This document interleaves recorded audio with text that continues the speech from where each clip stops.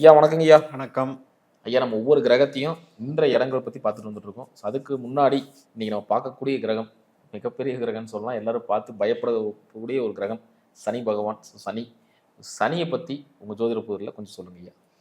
ஜீவனகாரகன், ஆயுள்காரகன், அவஸ்தைக்காரகன் எல்லாமே சனி தான். இது அவரவர்களுடைய கர்ம வினைகளுக்கு தகுந்தபடி பலனை தருபவரும் சனி. அதனால் கர்ம வினையில் சனியினுடைய அருள் கடாட்சம் பெற்றவர்கள் கோடீஸ்வரர்களாகவும் தொழிலதிபர்களாகவும் மிளிர்வார்கள். சனியினுடைய நீச்ச பலமோ அல்லது சனியினுடைய பாதிப்பையோ பெற்றவர்கள் கர்ம வினையின்படி துன்பத்தையும் வறுமையையும் மிகப்பெரிய தண்டனைகளையும் அனுபவிப்பார்கள். இதுதான் சனிக்கு உண்டான தத்துவம். இதில் சனி எல்லாருக்கும் கெடுப்பாருங்கிறதுல கொஞ்சம் கூட அர்த்தம் இல்லை. அவரவர்கள் ஜாதகப்படி சனி நல்லவரா கெட்டவரா என்பதை பார்த்து தான் முடிவு செய்ய வேண்டும்.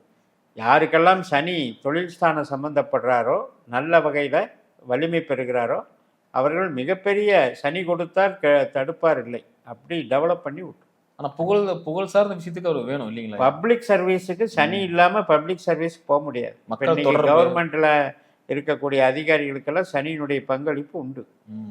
சங்கம், அதாவது உழைப்பாளர் சக்தி, உழைப்பின் சக்தி, அவ்வளோதான். சிறப்பு சிறப்பு ஐயா. இப்போ ஒவ்வொரு பாவத்திலையும் பார்த்தலாங்க. இப்போ லக்னத்திலேயே சனி இருந்துச்சுன்னா எந்த வித பலன்கள் இருக்குங்க? மந்த நிலைன்னு சொல்லுவோம். அதாவது சோம்பேறி அல்லது நிதானமாக யோசிப்பார், செயல்பாடுகள், மந்தத்தன்மை, இதெல்லாம் சொன்னாலும் கூட அந்த நின்ற நட்சத்திராதிபதி எங்கே இருக்காருன்னு பார்க்கணும். ஏன்னா இப்போ லக்னம் அப்படிங்கிறது தான் அவங்களுக்கு ஒரு புள்ளி இருக்கும். அந்த புள்ளியிலேயே சனி நிற்கிறாரு அப்படின்னா அந்த ப்ரெஷர் சனி மந்தத்தை கொடுக்குறாருன்னு எடுத்துக்கிட்டாலும் அந்த நின்ற நட்சத்திராதிபதி எந்த பாவ தொடர்பில் இருக்காரோ அந்த விதத்தில் இவர் இயங்குவார். இப்போ 2ஆம் இடத்துல இருக்காருன்னு வைங்க, சனி நின்ற நட்சத்திராதிபதி, பணத்தின் மேல் ஈடுபாடு. 3ஆம் இடத்தில் இருந்தால் உடல் உழைப்பில் ஈடுபாடு, தைரியத்தில் ஈடுபாடு, தகவல் தொடர்பில் ஈடுபாடு. 4ஆம் இடத்தில் இருந்தால் விவசாயம், உற்பத்தி சார்ந்த தொழில்களில் ஈடுபாடு. இப்படி எடுத்துக்கணும். அப்போ சனி லக்னத்தில் இருந்தால் லக்னமே போச்சுன்னு நினைக்கக்கூடாது. அந்த நின்ற நட்சத்திராதிபதி 6, 8, 12 மறைந்தால் மட்டுமே பலவீனம். ஏனென்றால் அப்போ அவர் அந்த லக்னத்தை கெடுக்கிற உரிமையை அப்போ தான் பெறுகிறார்.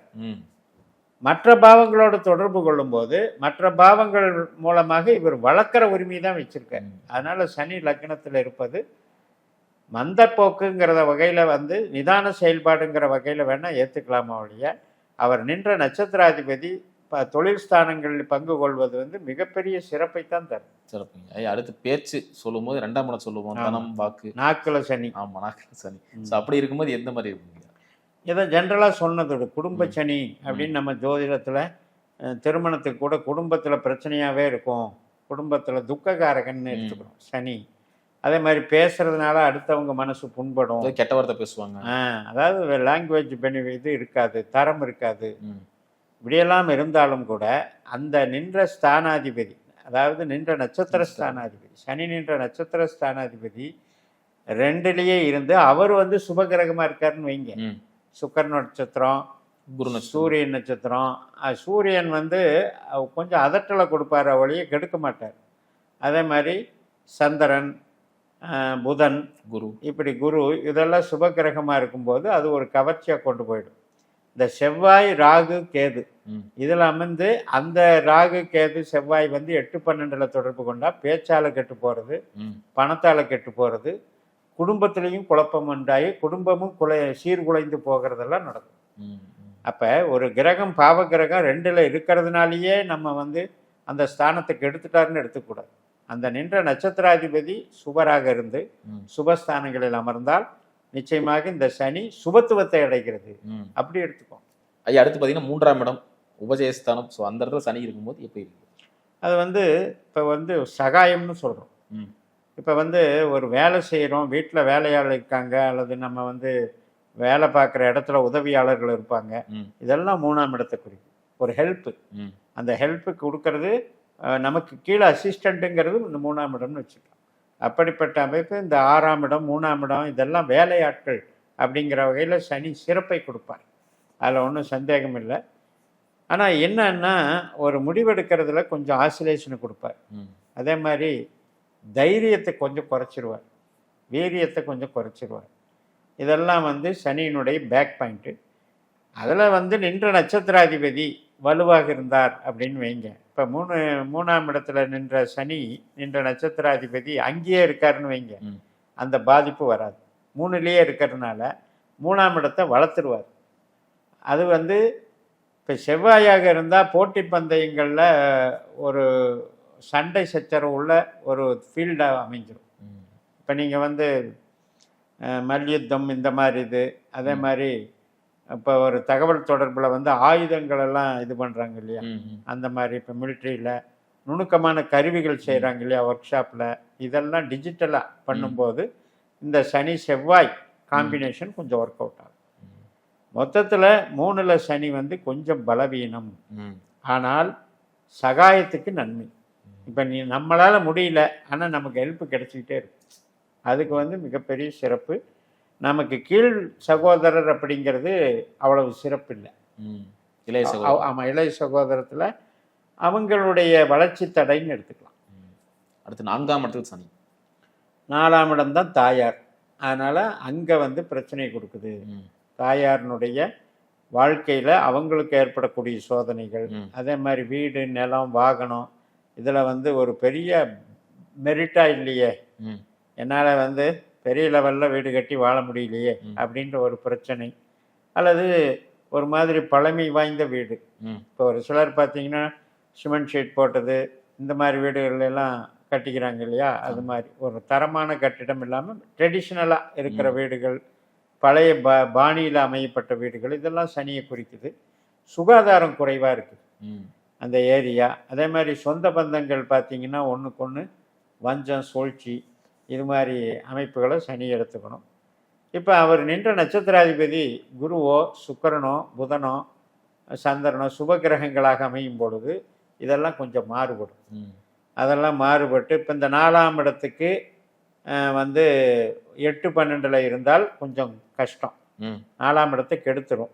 அதே 4ஆம் இடத்துக்கு 8-12 இல்லாமல் இருந்தால் 4ஆம் இடத்துக்கு சப்போர்ட் பண்ணும். இப்போ 4ஆம் இடத்துக்கு எடுக்கிறோம், அம்மாவுக்கு உடல்நிலை அந்த மாதிரி. ஆமாம், அம்மாவுக்கு உடல்நிலையும் பாதிக்கும், உறவுகளும் பாதிக்கும். இப்போ இவருக்கு அம்மாவுக்கும் அந்த உறவுகளும் பாதிச்சிடும். அதே மாதிரி இப்போ நம்ம ஜென்ரலாக சொல்கிறோம் இல்லையா அர்த்தாஷ்டம சனி அப்படின்றது, அதனால் அந்த 4ஆம் இடத்து சனிங்கிறது அர்த்தாஷ்டம சனிங்கிறது வாழ்க்கையில் வந்து ஸ்லோ டெவலப்மெண்ட்டுன்னு எடுத்துக்கணும். எடுத்த உடனே பெரிய லெவலில் முன்னேறதுக்கு இங்கே வாய்ப்பு இல்லை, ஸ்லோ டெவலப்மெண்ட்னு எடுக்கணும். ஒரு சில பேருக்கு அந்த திசையே நடக்கலைன்னா அதை பற்றி கவலைப்பட வேண்டாம். எல்லாருக்குமே 4ஆம் இடத்துல சனி உட்கார்ந்தாச்சுன்னா வாழ்க்கையே போச்சுன்னு நினைக்கக்கூடாது. தசாபுத்திகள் திசை வராமல் வேறு திசைகள் நல்லா இருந்து அந்த திசை நடந்தால் இந்த சனி புத்தி வரும்போது மட்டும்தான் சின்ன சின்ன இடைஞ்சல் பண்ணும். அதனால் இந்த டாப்பிக்கில் வந்து நான் மறுபடியும் என்ன சொல்ல விரும்புகிறேன்னா, கருத்துக்களை கொண்டு போய் சேர்க்குறோம், ஆனால் ஸ்டாண்டர்ட் ரூல்ஸாக வச்சுக்காதீங்க. அவரவர்கள் ஜாதகம் திசாபுத்திக்கு ஆட்பட்டது தான் பலன்கள். கண்டிப்பாக. ஐயா, அடுத்து 5ஆம் இடத்தில் சனி. இது புத்திரஸ்தானம். அதனால் இந்த புத்திரஸ்தானத்தினுடைய நேச்சர் வந்து கொஞ்சம் கெடும். 5ஆம் இடம் அப்படிங்கிறது வந்து கேரக்டர்னு எடுத்துக்கலாம், அல்லது அவரோட வந்து சோம்பேறித்தனமான ஒரு குழந்தை அப்படின்னு எடுத்துக்கலாம். இப்போ நம்ம வந்து 5ஆம் இடத்துல விருப்பம் அப்படிங்கிறது ஒன்று இருக்கு இல்லையா, அந்த விருப்பமும் அப்படி போயிடும்.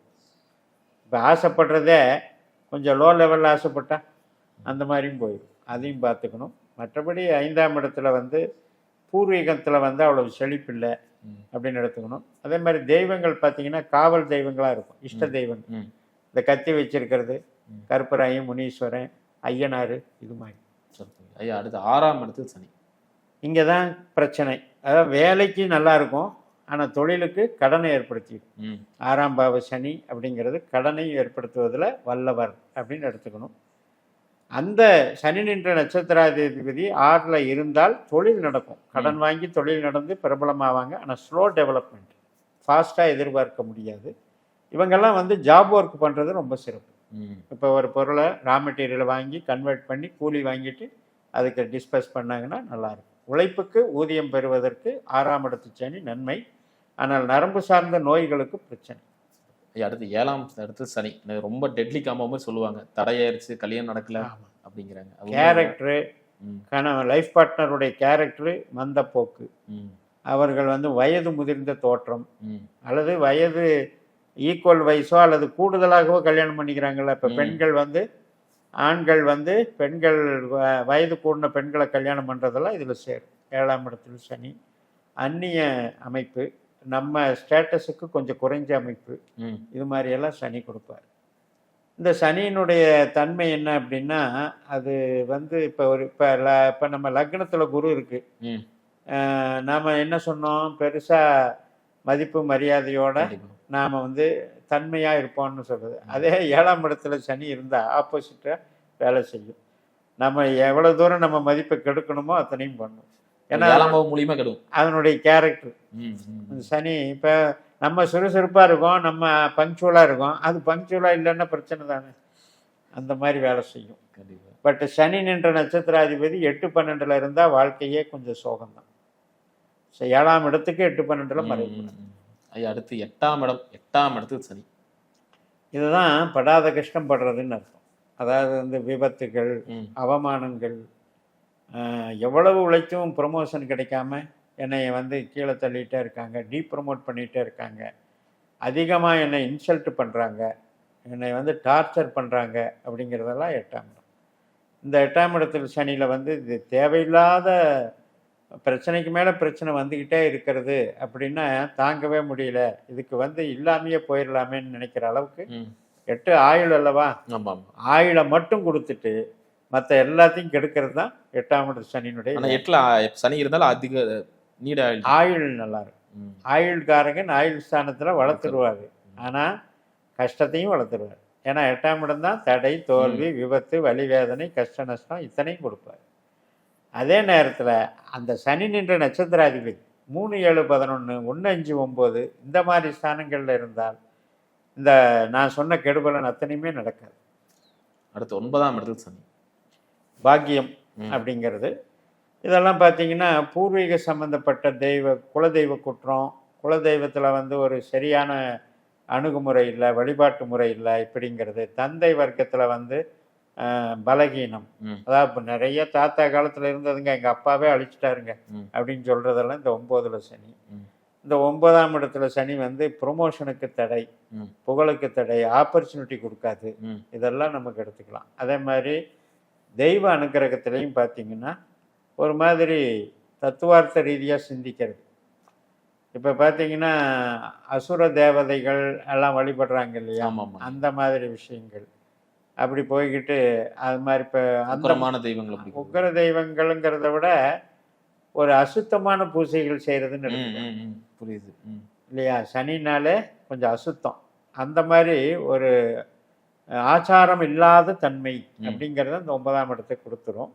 இதை குலதெய்வம் இந்த மாதிரி இருக்கவங்கெல்லாம் குலதெய்வ நிவர்த்திகள், அந்த பித்ரு சாபங்கள் இதெல்லாம் இருக்கும், அதை கிளியர் பண்ணிக்கணும். பண்ணிக்கிட்டான்னா நல்லாயிருக்கும். சனி நின்ற நட்சத்திராதிபதி சுபத்துவம் பெற்றால், சுபகிரகமாக இருந்தால், 1, 5, 9லேயே இருந்தாருன்னா இதுக்கெல்லாம் விமோச்சனம் உண்டு. அடுத்து கர்மஸ்தானம். கர்மஸ்தானத்திலே கர்மாதிபதி வரும்போது எப்படி? ஜீவனகாரகன் ஜீவனஸ்தானத்தில். அதனால தான் கருமச்சனின்னு நம்ம ஜென்ரலாக பயப்படுறோம். அப்போ அது வந்து என்னென்னா கடைநிலை ஊழியர்னு எடுத்துக்கணும். இப்போ பெரிய கலெக்டர் ஆஃபீஸ் தான், ஆனால் நான் வந்து பியூன் வேலை பார்க்குறேங்க. அதே மாதிரி பெரிய கவர்மெண்ட் தொழிற்சாலையில் இருக்கேன், ஆனால் நான் வந்து லேபராக இருக்கேன், இப்படி சொல்கிறது. அந்த 10ஆம் இடத்துல சனி கடைநிலை ஊழியர் தன்மை அதை கொடுக்கும். துப்புரவு தொழிலாளிகள், சுகாதாரத்துறை, இதில் வந்து ஒரு சூப்பர்வைசர் இருப்பார் இல்லையா, அந்த அந்த செக்டருக்கு ஒரு சூப்பர்வைசர், அதில் வந்து அந்த 10ஆம் இடத்துக்கு ஒரு பலம் கொடுத்துருவார். அதாவது ஏழைகளில் தலைவன் அப்படின்னு எடுத்துக்கலாம். அந்த வகையில் அந்த குரூப்புக்கு அப்படி எடுத்துக்கலாம். அதே நேரத்தில் இயந்திரங்கள் சம்மந்தப்பட்டது, சுரங்கங்கள், மினரல்ஸு, இது மாதிரி சம்மந்தப்பட்டதுலையெல்லாம் அந்த ஃபீல்டை வந்து கனெக்ட் பண்ணி விட்டுரும், நல்லா டெவலப் பண்ணும். ஒரு சில பேருக்கு மருத்துவத்திலையும் நல்லா கனெக்ட் ஆகும். சனியை பொறுத்த வரைக்கும் இரும்பு, மருத்துவம், பொதுநல சுகாதாரம், அதாவது இந்த ஹைவேஸ் போடுறது, இந்த மாதிரி துப்புரவு தொழில், இது எல்லாமே கவர் ஆகும். விவசாயத்துக்கு மட்டும் அது மைனஸாக போகும்.